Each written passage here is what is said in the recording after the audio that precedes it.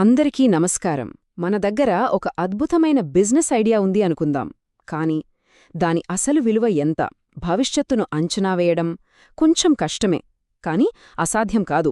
ఈరోజు మనం ఈ అంచనా ఆదాయాన్ని లెక్కించడానికి ఒక పవర్ఫుల్ ఫ్రేమ్వర్క్ను చూడబోతున్నాం. ఇది కేవలం అంకెల గురించి కాదు, ఇదొక స్పష్టమైన దారి చూపించే ప్రయాణం అన్నమాట. సరే, ఇంకెందుకు ఆలస్యం, మొదలు పెడదామా? ఏదైనా గొప్ప ఐడియా వెనుకుండే మొదటి ప్రశ్న ఇదే కదా. అసలు ఈ ఐడియా ఎంత పెద్దది కాగలదు, దీనికి మార్కెట్లో నిజంగా ఎంత స్కోప్ ఉంది? ఈ ఒక్క ప్రశ్న మన మొత్తం ప్రయాణాన్ని నిర్దేశిస్తుంది. చాలామంది ఏమనుకుంటారంటే దీనికి సమాధానం ఒక్క నంబర్లో వచ్చేస్తుందని. కానీ అసలు విషయమేంటంటే ఇది కేవలం ఒక నంబర్ గురించి కాదు, ఇది ఒక మ్యాప్ లాంటిది. మన ఐడియాని ఒక వాస్తవమైన, నమ్మదగిన కథగా మార్చడానికి సహాయపడే మ్యాప్. సరే, మన ప్రయాణంలో మొదటి అడుగు మార్కెట్ సైజును అర్థం చేసుకోవడం. అసలు మనం ఆడుతున్న ఫీల్డ్ ఎంత పెద్దదో తెలిస్తేనే కదా మన ఐడియాకి ఉన్న అవకాశం ఎంతో ఉందో అంచనా వేయగలం. మన ప్రయాణం ఎప్పుడూ ఒక బిగ్ పిక్చర్తో మొదలవ్వాలి. అంటే మన ప్రోడక్ట్ లేదా సర్వీస్కి ఉన్న మొత్తం డిమాండ్ ఎంత, దీని టెక్నికల్గా టోటల్ అడ్రెసబుల్ మార్కెట్ లేదా ట్యామ్ అంటారు. ఇది మన ఐడియాకి గరిష్టంగా ఎంత అవకాశముందో చూపిస్తుంది. ఆకాశమే హద్దు అన్నట్టు.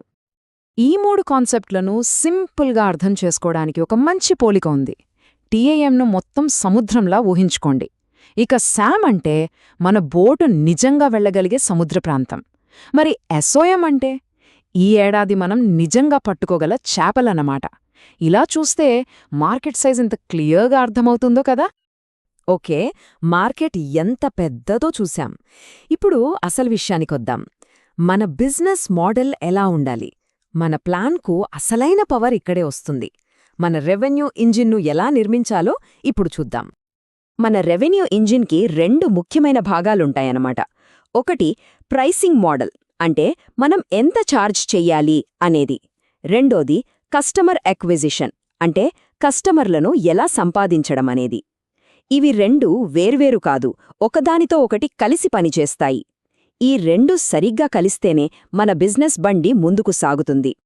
ఇక్కడే మన ప్లాన్ ఒక ఐడియా నుండి రియాలిటీలోకి వస్తోంది. ప్రతి 3 నెలలకు ఎంతమంది కస్టమర్లు వస్తారు, దానివల్ల ఎంత ఆదాయం వస్తుంది అని అంచనా వేయడం.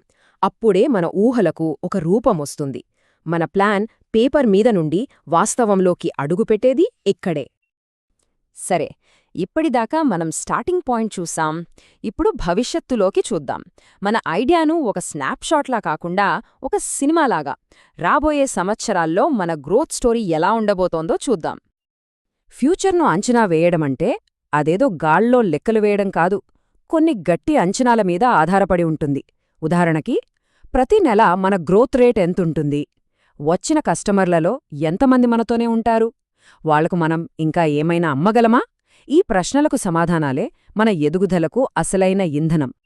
చూసారా, ఇక్కడే ఆ చిన్న చిన్న అంచనాలు ఒక పెద్ద చిత్రంగా మారుతాయి. మొదటి ఏడాది, రెండో ఏడాది, మూడో ఏడాది, ఇలా చూస్తుంటే ఆ అంచనాలు కలిసి ఒక పవర్ఫుల్ స్టోరీని చెబుతాయి. మన వ్యాపారం ఎటు వెళ్తుందో ఒక స్పష్టమైన ఐడియా వచ్చేస్తుంది. ఓకే, అంతా బానే ఉంది. కానీ ఇప్పుడు మన ప్రయాణంలో చాలా ముఖ్యమైన ఘట్టం. అదే రియాలిటీ చెక్.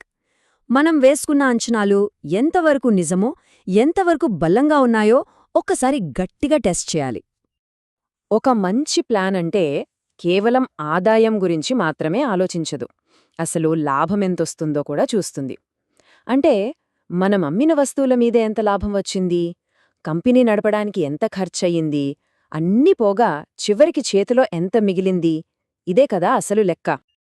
తెలివైన ప్లానింగ్ అంటే అన్ని రకాల పరిస్థితులకు సిద్ధంగా ఉండటం. ఒకవేళ అంతా అనుకున్నట్టు జరగకపోతే ఏంటి పరిస్థితి? దీన్నే వర్స్ట్ కేస్ అంటాం. యావరేజ్గా జరిగితే ఎలా ఉంటుంది? అదే బేస్ కేస్.